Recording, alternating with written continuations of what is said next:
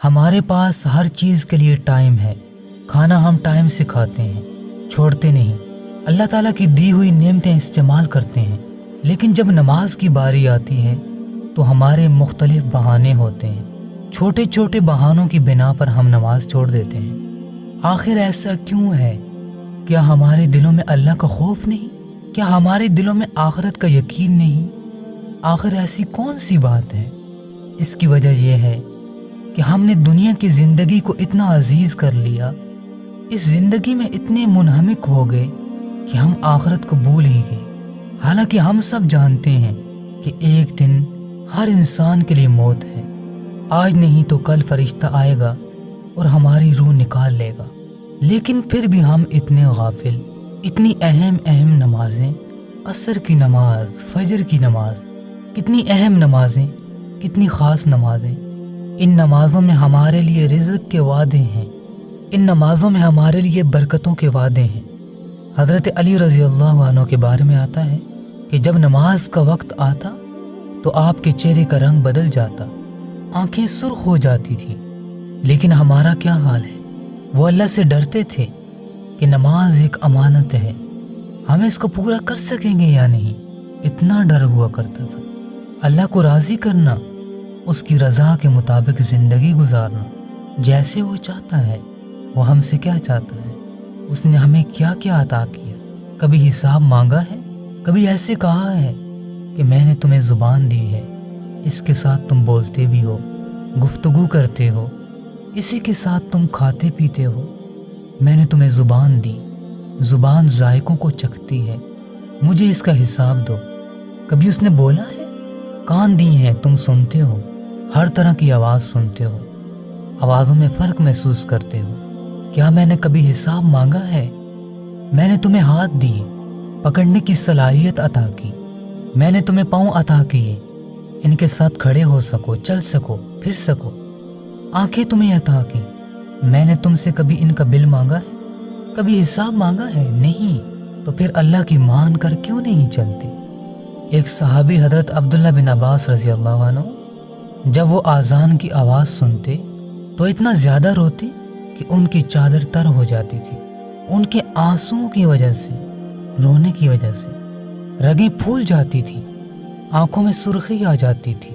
کسی نے پوچھا کہ ہم لوگ بھی تو آذان سنتے ہیں، ہمارے اوپر اتنا اثر نہیں ہوتا، آپ اتنا زیادہ کیوں گھبراتے ہیں، کیوں اتنا روتے ہیں، آپ کی آنکھیں کیوں سرخ ہوتی ہیں، اتنی گھبراہٹ آپ کے اوپر طاری کیوں ہوتی ہے؟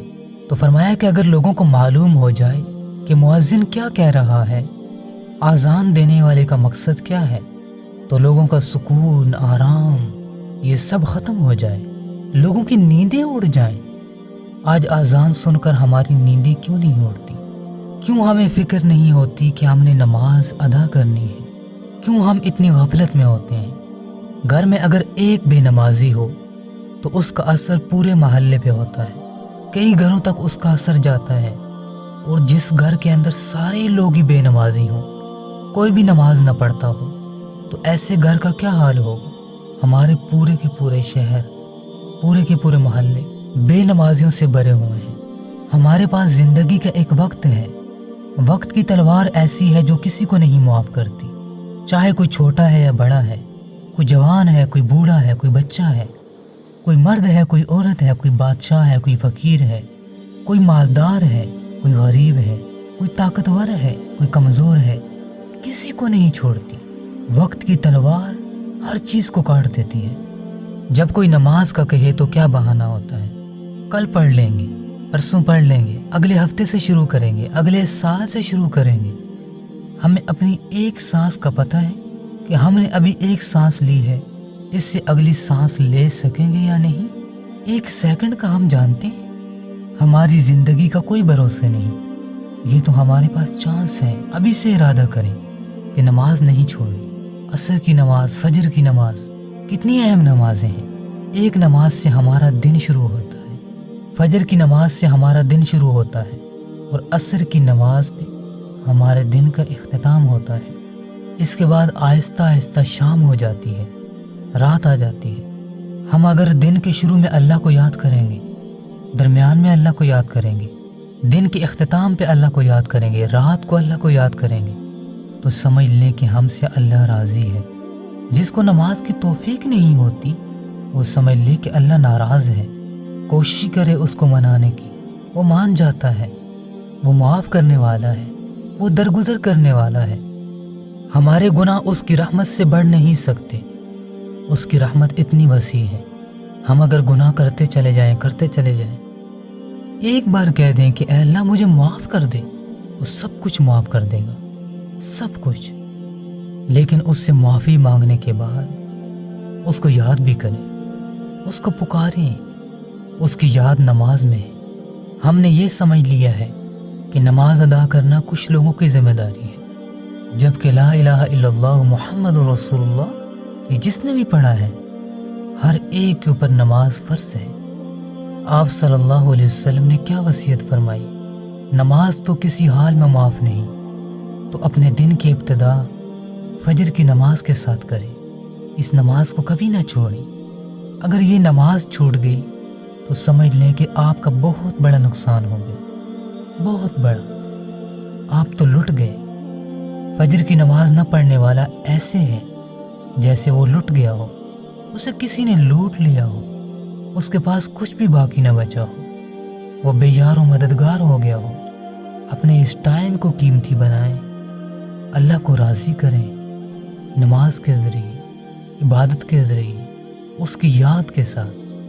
اللہم صل علی محمد وعلی آل محمد کما صلیت علی ابراہیم وعلی آل ابراہیم انک حمید مجید۔